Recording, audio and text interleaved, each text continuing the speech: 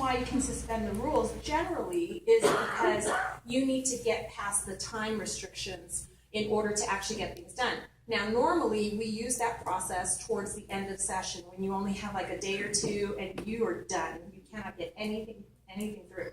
So we suspend the rules so that we can fast track those bills and actually get business done in the last couple of days of session. They did this in the second week of session. It's unprecedented.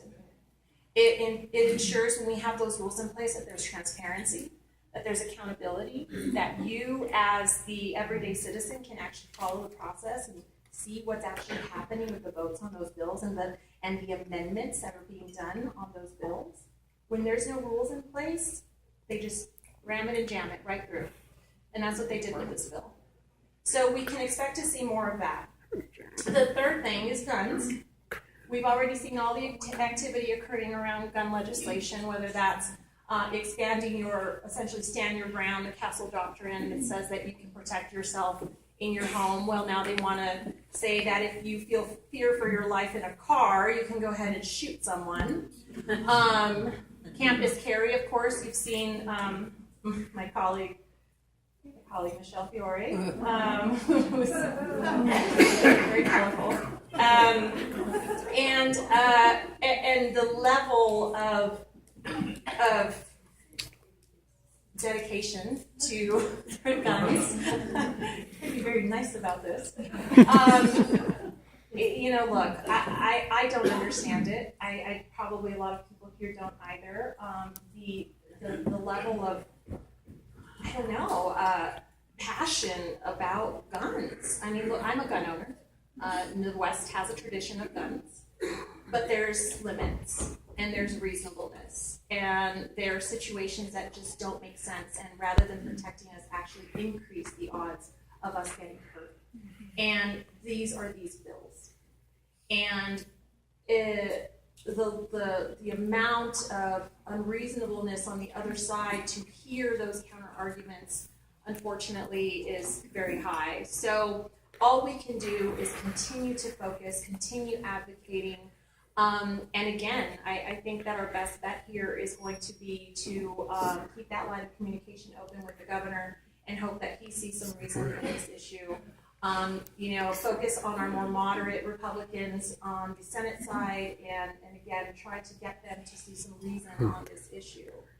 The fourth thing is going to be PERS. We've seen them for a very long time. They've been trying to change our retirement system to a defined benefit contribution scheme.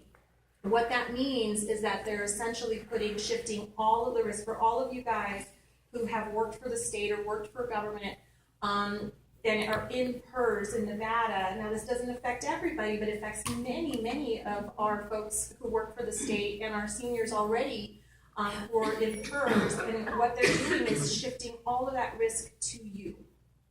And they are putting all of those investments into Wall Street.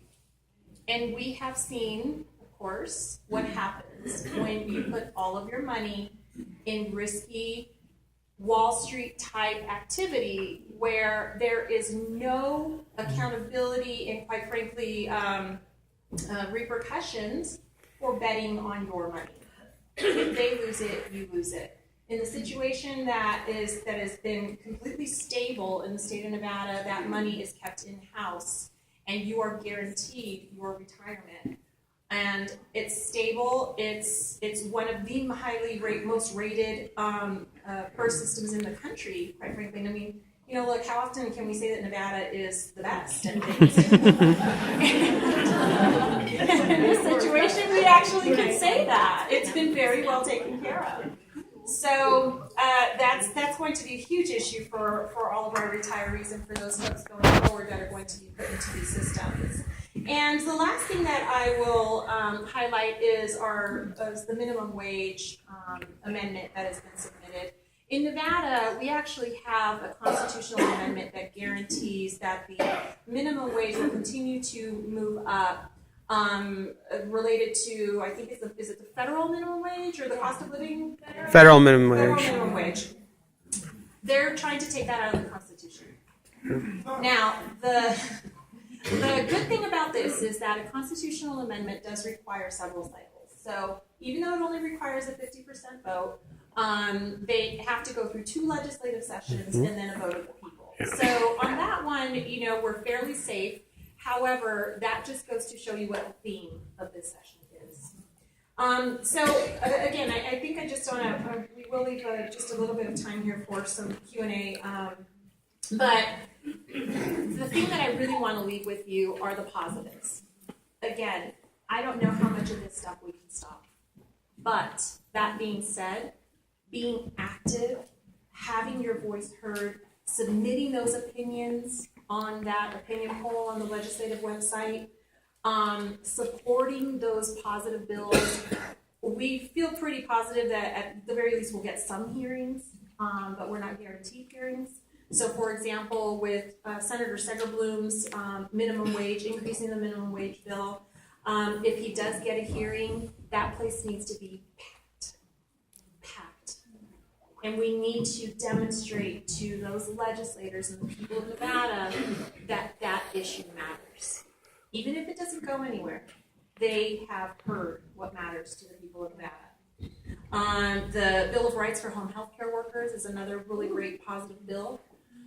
Again, we have some home health care workers in the corner there.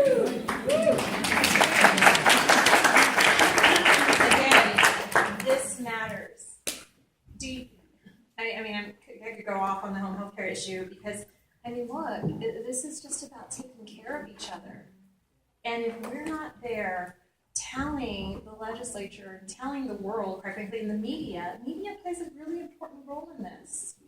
If there isn't a presence of opposing voices, guess what? They don't report it.